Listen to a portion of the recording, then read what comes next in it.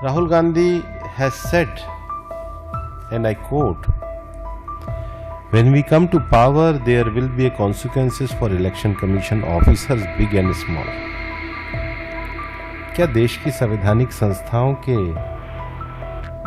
कर्मचारियों के लिए ऐसी भाषा प्रतिपक्ष के नेता को शोभा देती है? दिनों से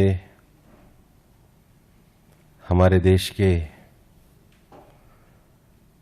प्रतिपक्ष के नेता श्रीमान राहुल गांधी जी एक एटम बम छोड़ने की बात कर रहे थे।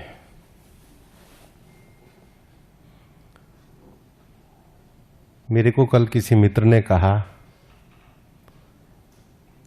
कि ये तो जिस पेड़ पर बैठे थे उसी को कुल्हाड़ी से काटने का काम कर रहे थे। और सच कहूं तो कांग्रेस के युवराज प्रदेश के प्रतिपक्ष के नेता की भाषा का जो अहंकार था वो हमारे काम करने वाले चुनाव आयोग के जो कर्मचारी हैं उनके लिए था। Rahul Gandhi has said, and I quote, "When we come to power, there will be consequences for election commission officers, big and small." क्या देश की संवैधानिक संस्थाओं के कर्मचारियों के लिए ऐसी भाषा प्रतिपक्ष के नेता को शोभा देती है?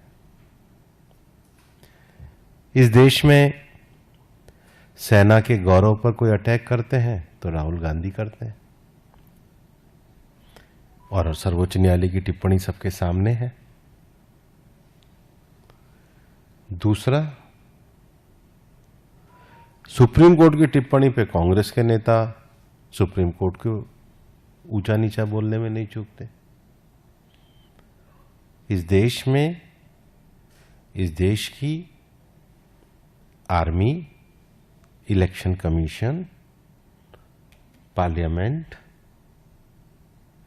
ये सब ऐसी संविधान संस्थाएं हैं जो स्वायत्त और स्वाधीन होकर के काम करती हैं, और हम सब इसके द्वारा पूरे तरीके से नियंत्रित हैं।